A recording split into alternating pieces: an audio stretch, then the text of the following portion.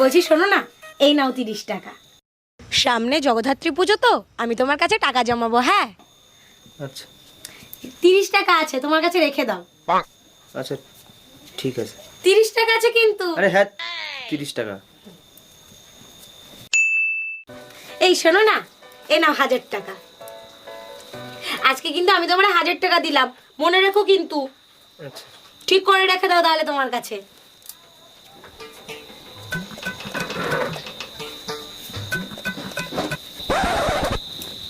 দাও আমাকে 30,000 টাকাটা দাও। 30,000 টাকা? কিসের 30,000 টাকা? আরে তোমার মনে নেই, তোমার কাছে আমি টাকা জমাচ্ছিলাম। ও তুমি একদিন 30 টাকা একদিন 1000 টাকা দিয়েছিলে, 1030 টাকা। 1030? কিসের 1030?